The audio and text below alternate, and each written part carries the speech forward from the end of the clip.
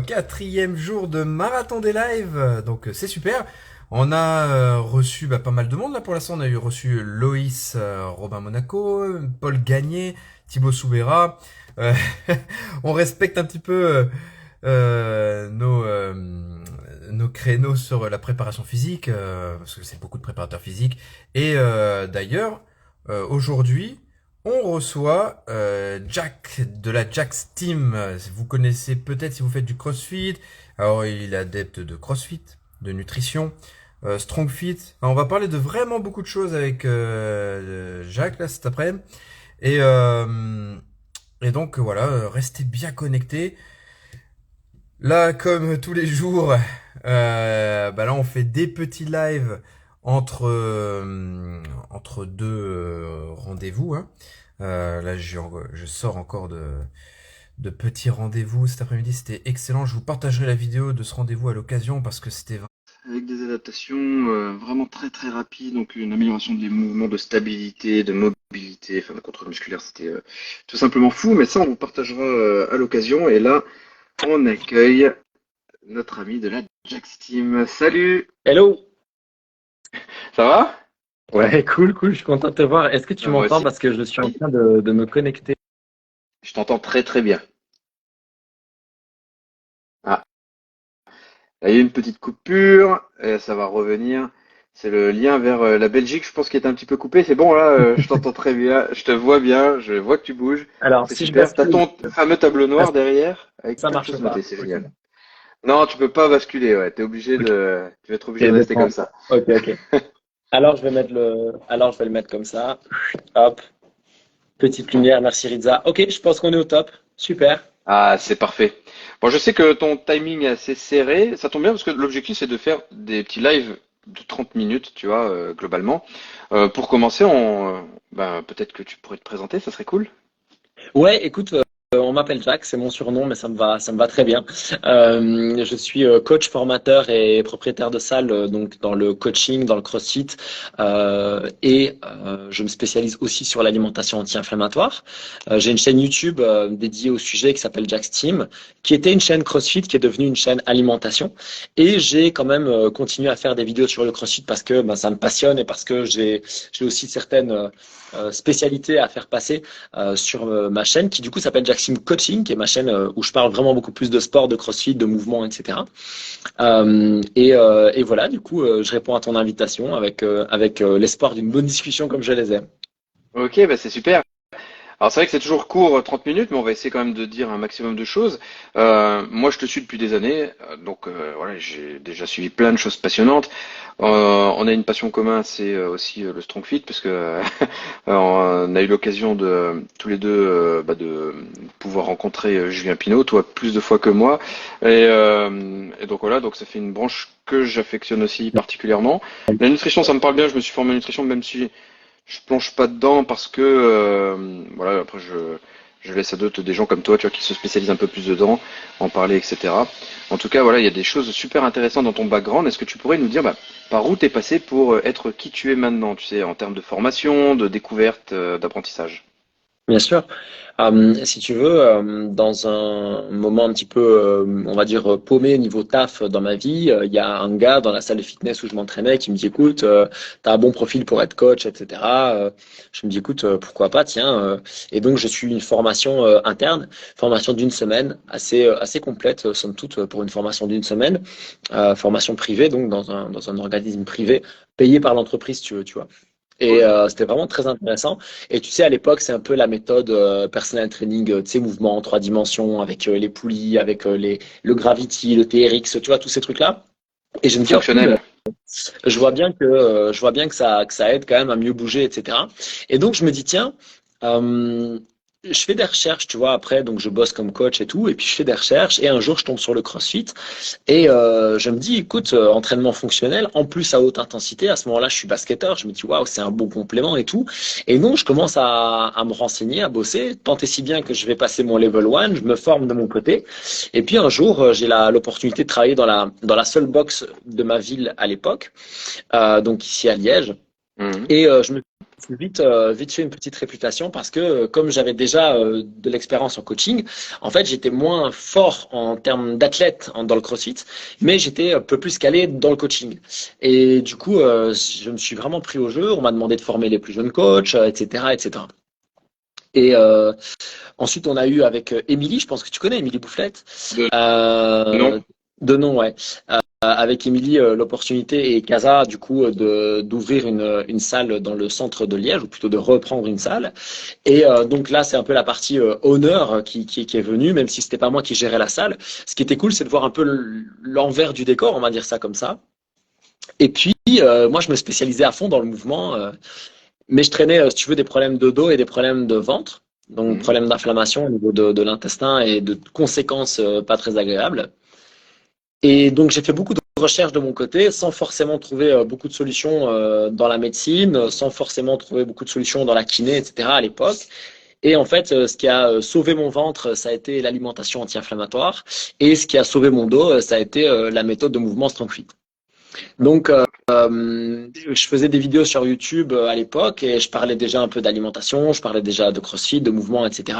Et forcément, je me suis spécialisé dans cette approche Strong Fit et dans cette approche de l'alimentation anti-inflammatoire. Et, euh, et du coup, j'ai continué à bosser là-dessus, à creuser, à chercher. Et en termes de formation, si tu veux, il y a vraiment le cursus Strong, enfin, d'abord privé, quoi, puis le cursus Strong Fit, le cursus CrossFit, bien entendu, avant.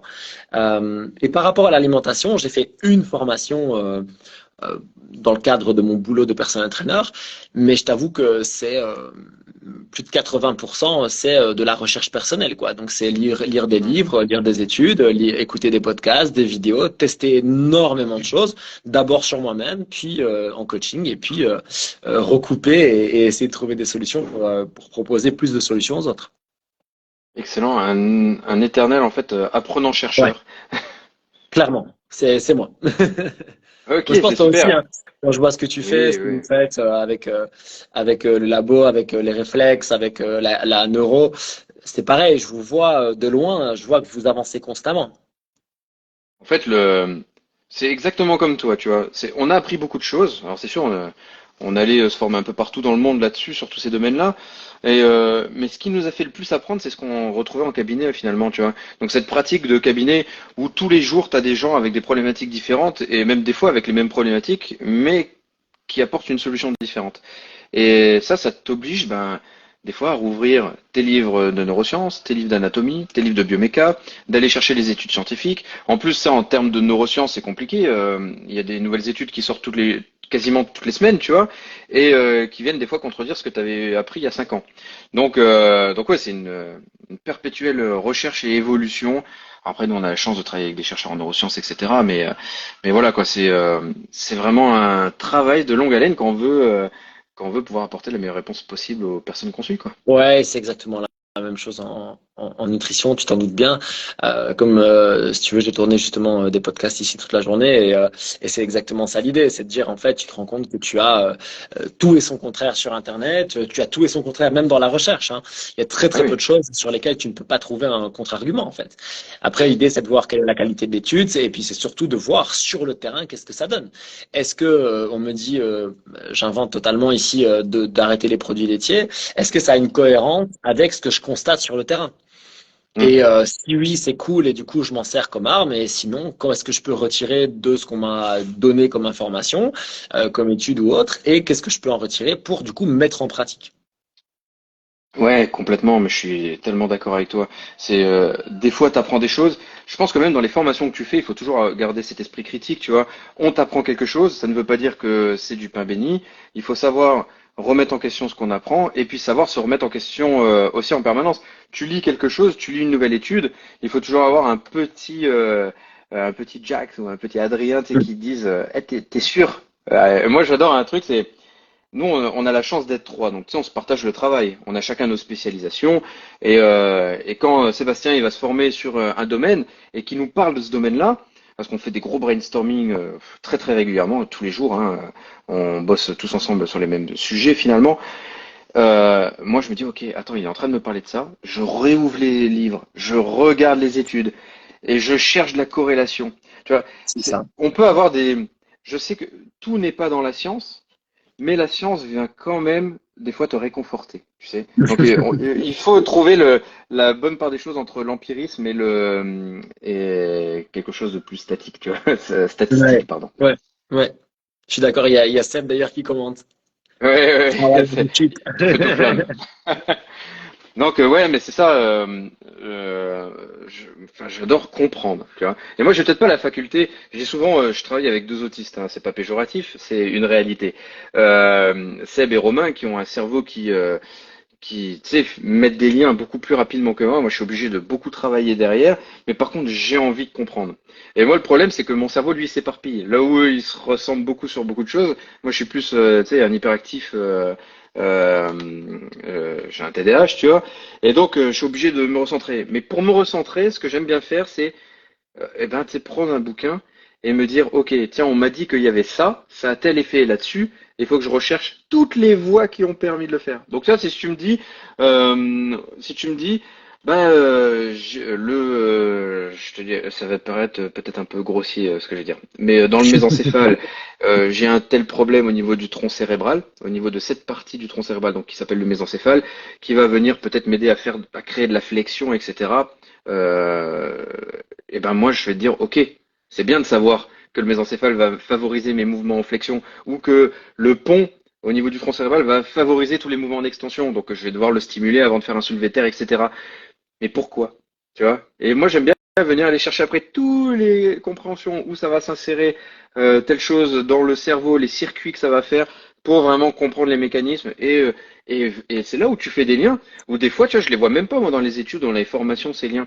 Mais c'est à force de chercher, je me dis ah mais attends mais quand le cerveau il se développe, il y a ça et ça qui se développe à côté donc au final ça pourrait faire du sens de venir stimuler ça aussi pour l'extension. On cherche, on teste des choses et après, on en parle un peu à notre pote qui est dans la recherche, tu sais. Et lui, il essaie de nous retisser les liens derrière et c'est ça qui est magique. Donc voilà, j'adore ça. Très fort. Ouais, c'est ça. Écoute, c'est tout à fait comparable. Ici, les podcasts que je tournais, c'était avec un kiné ostéo. Moi, je te parle de ça dans l'alimentation. Sur le terrain, sur le CrossFit, c'est pareil. Finalement, si tu as envie d'aller plus loin, tu as vraiment une nécessité de comprendre ce qui se passe. Alors après, est-ce que moi, j'ai besoin de connaître tous les phénomènes biochimiques? Non. Mais par contre, comme tu le dis, en fait, tu te rends compte que plus tu explores, plus, ben, bonne expression de Julien, tu tombes dans des rabbit holes, hein, tu tombes Hmm. dans des terriers de lapin, là, tu vois, un truc un peu sans fin, comme ça. Mais je trouve que c'est à la fois ce qui fait, ce qui est passionnant, c'est à la fois ce qui fait qu'on peut se perdre. Donc, je pense qu'il faut aussi pouvoir de temps en temps dire, OK, là, je me focus ici. Et moi, c'est ce que j'aime mettre, comme je te le disais, à l'épreuve du terrain, dire, OK, si je coach 100 personnes avec cet argument-là, est-ce que ça me fait avancer? Qu'est-ce que ça me fait apprendre? Et qu'est-ce que ça me donne comme potentielle nouvelle technique après pour mieux coacher? Yes, ouais, complètement. Et qu'est-ce qui fait que finalement, maintenant, là, tu t'es plus spécialisé sur vraiment la nutrition et que tu dis, c'est mon cheval de bataille, alors que c'est le CrossFit qui t'a tellement amené tu sais, sur le devant de la scène et qui t'a permis une expression. Est-ce que tu as toujours eu la nutrition en toi et tu t'es dit, bon, ben maintenant, c'est une manière pour moi, tu sais, de pouvoir en parler plus librement, plus ouvertement à plus grand nombre, comme tu es connu dans le CrossFit? En fait, j'ai commencé à faire des vidéos sur le CrossFit et très très tôt, j'ai fait des vidéos sur l'alimentation. Très très tôt. Vraiment, tu peux regarder, enfin, tu vas pas les voir, mais il y Mais a j'en avais vu, 5 t'avais ans. filmé une partie de séminaire à une époque. Ouais, exactement, exactement. Et tu vois, ça c'était au tout début de notre box à CrossFit Ember, qui a 8 ans et demi maintenant. Donc ça fait au moins 7 ans que cet extrait de séminaire a été créé. J'avais déjà cette passion pour l'alimentation anti-inflammatoire. Ma chaîne, elle était sur le CrossFit principalement, mais je mettais quand même des extraits d'alimentation. Et en fait, ce qui s'est passé, c'est que l'algorithme YouTube faisant, et je pense aussi le fait que c'est un sujet qui est quand même plus généraliste que le CrossFit, Hmm. j'ai eu quelques vidéos qui ont un peu buzzé au niveau alimentation, et ça a ramené énormément de monde intéressé par ça.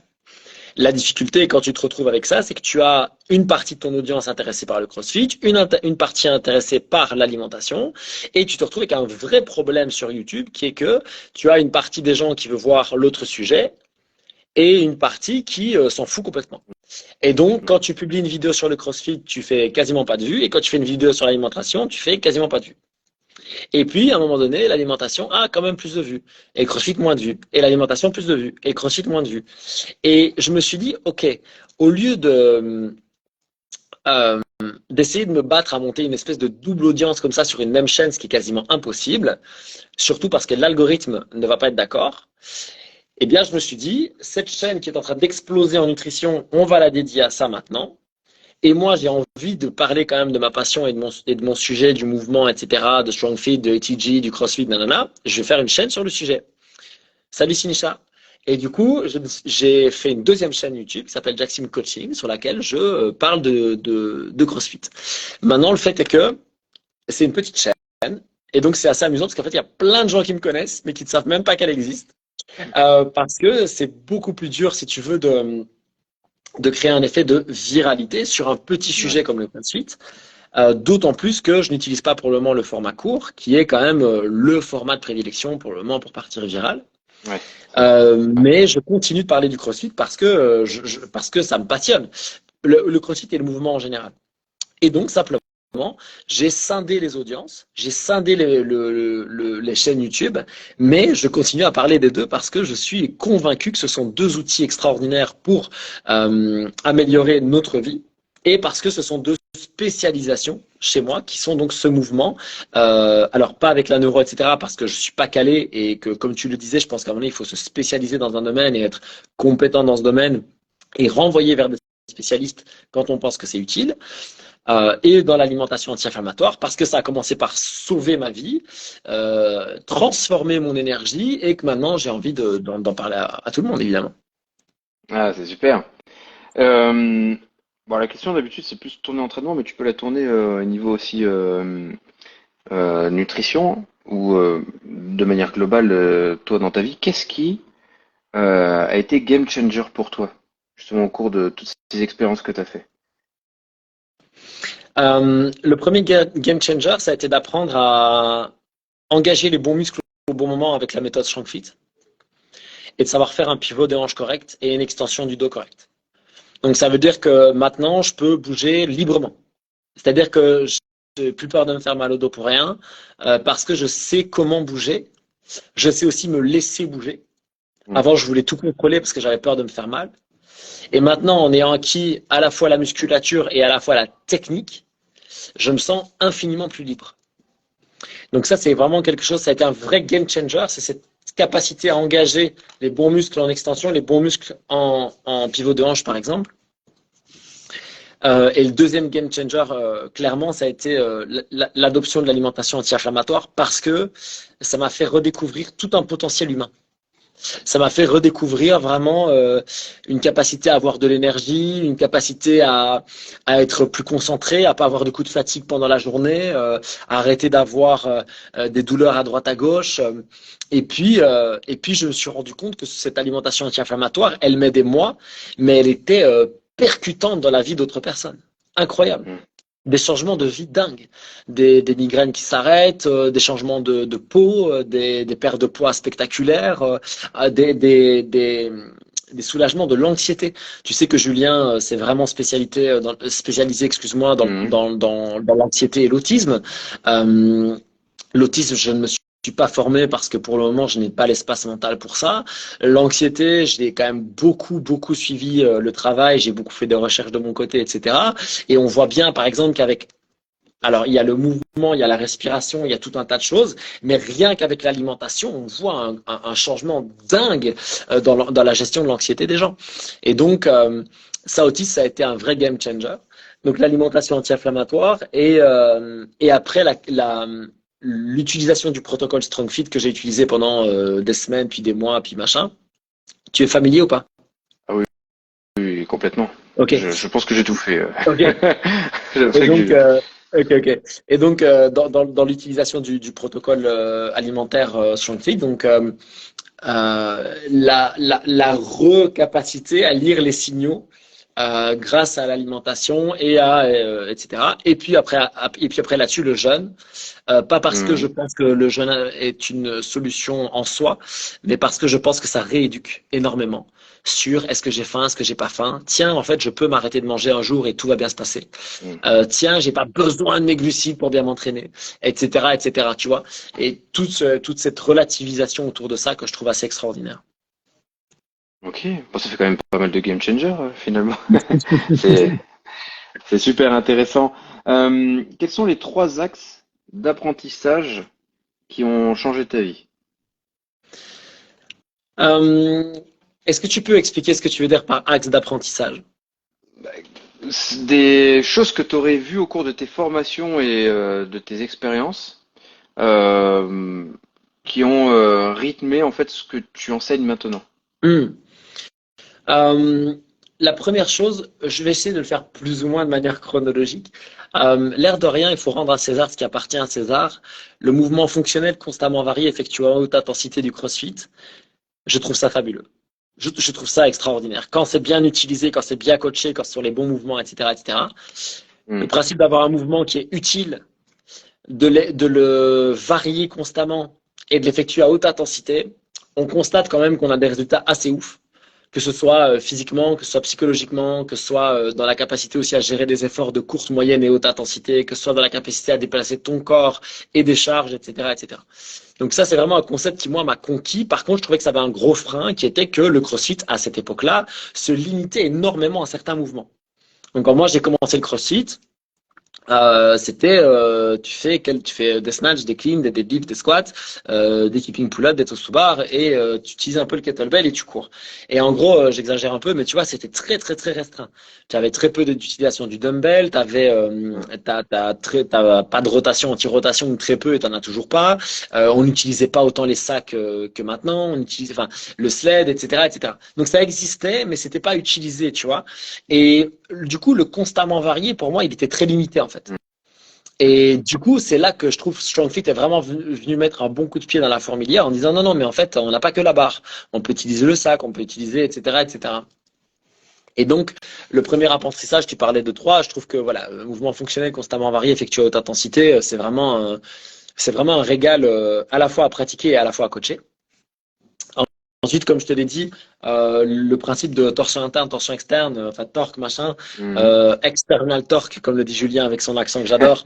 Euh, et, euh, et donc, ce concept, si tu veux, d'engager une chaîne musculaire dans un mouvement versus une autre et pas d'entrer dans la compensation d'une chaîne quand l'autre ne tient plus la route. Parce que ça, j'ai vraiment ressenti non seulement des bénéfices sur moi extraordinaires, mais aussi dans mes coachings. J'ai vraiment, euh, j'ai vraiment vu des gens, ok, j'ai mal au dos, ben change ça, ça, ça, clac, c'est fini quoi. Et je me dis, ok, ça c'est vraiment très très cool, sans avoir la notion d'être ou la prétention d'être thérapeute, c'est pas du tout ça. Mais moi, je peux t'aider à corriger ton mouvement. Je peux t'aider à changer ton mouvement et à pourquoi tu as mal quand tu fais le mouvement. Et dans certains cas, j'y arrive pas et du coup, je renvoie vers des spécialistes. Mais souvent, en tout cas dans les mouvements que je vois, voilà, dans le CrossFit, les deadlifts, les squats, les machins, j'arrive vite à trouver le pattern qui peut créer ou recréer la douleur.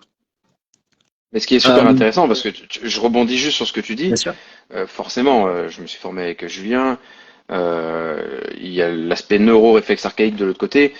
Tu connais le réflexe de Moro? Oui.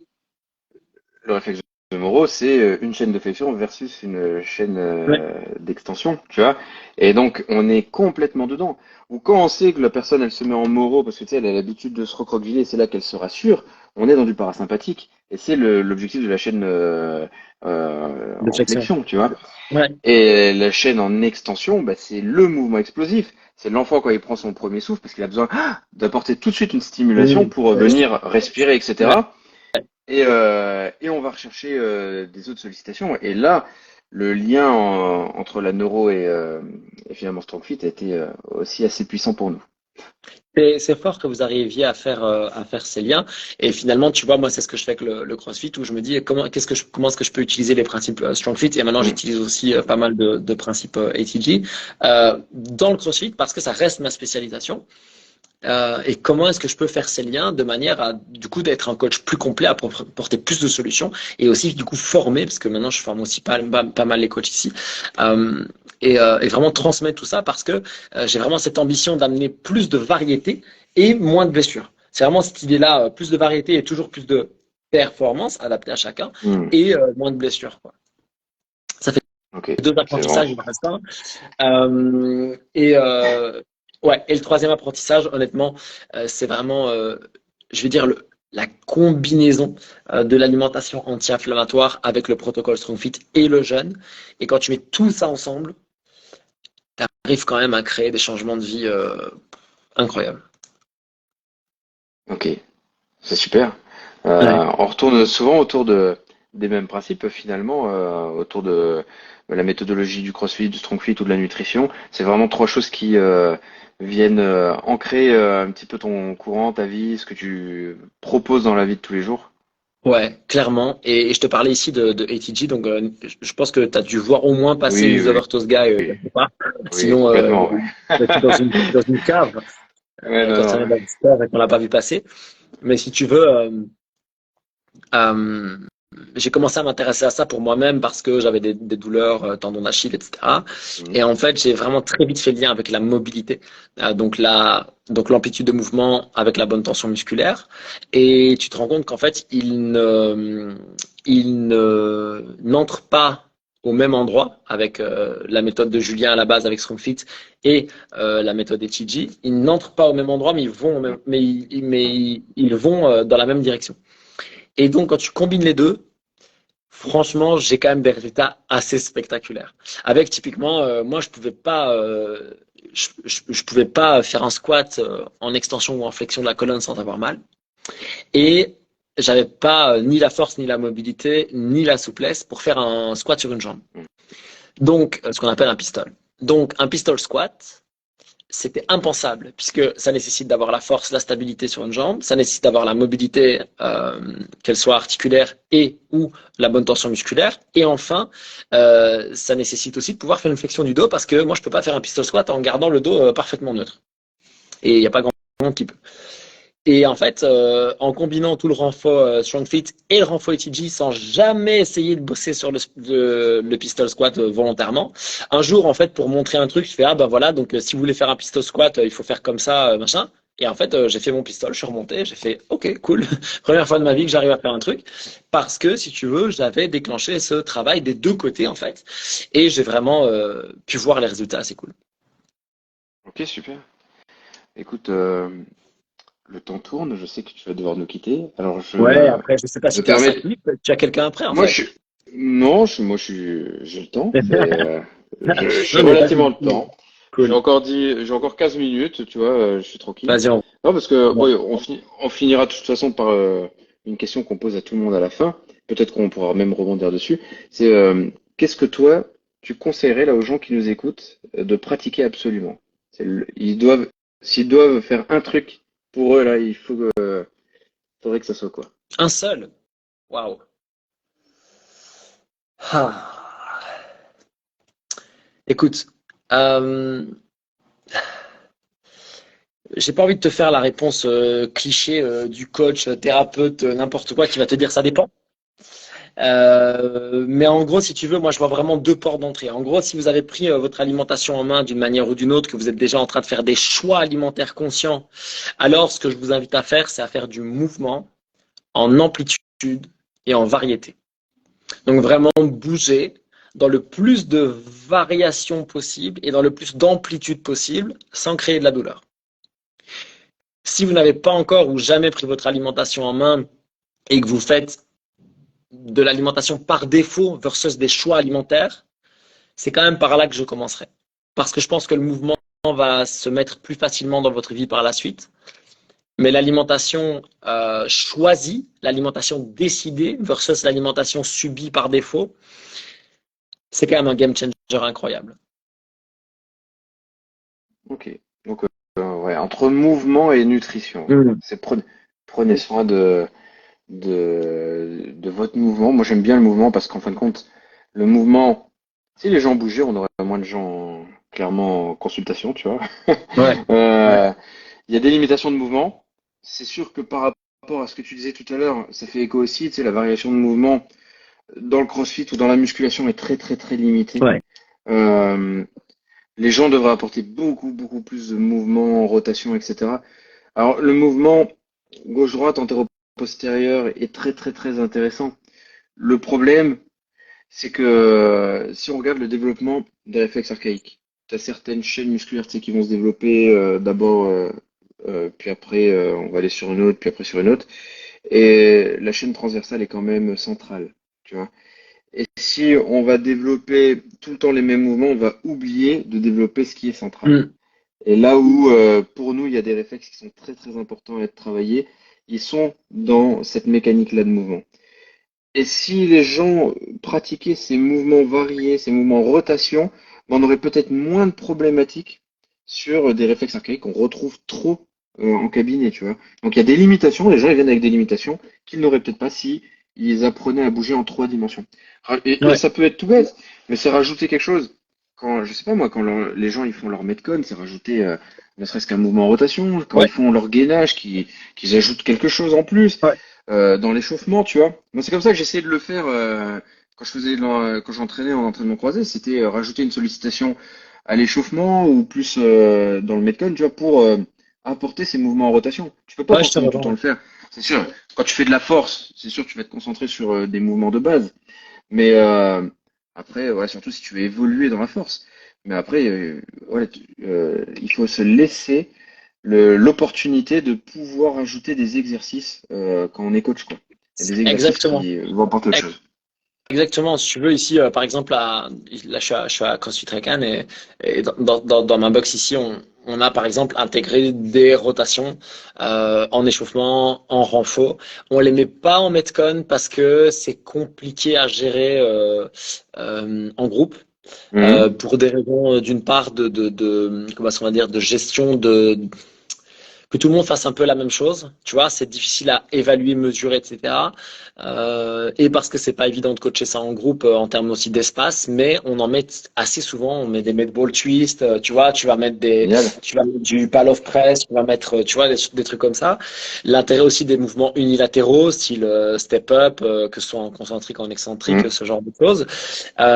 Et puis un mouvement que j'aime bien et qu'on n'utilise pas ici dans la boxe parce que j'ai pas encore, comment dire ça? Je trouve ça encore un peu compliqué à mettre en groupe. Tu vois, c'est quelque chose que j'utiliserai beaucoup plus en one-on-one qu'en groupe. Et ça va être vraiment ce deadlift en rotation. Tu vois, donc vraiment aller ramasser un kettlebell qui est à J'aime bien. côté de Ouais. toi. Aller ramasser le Mhm. kettlebell qui est à côté de toi versus devant toi.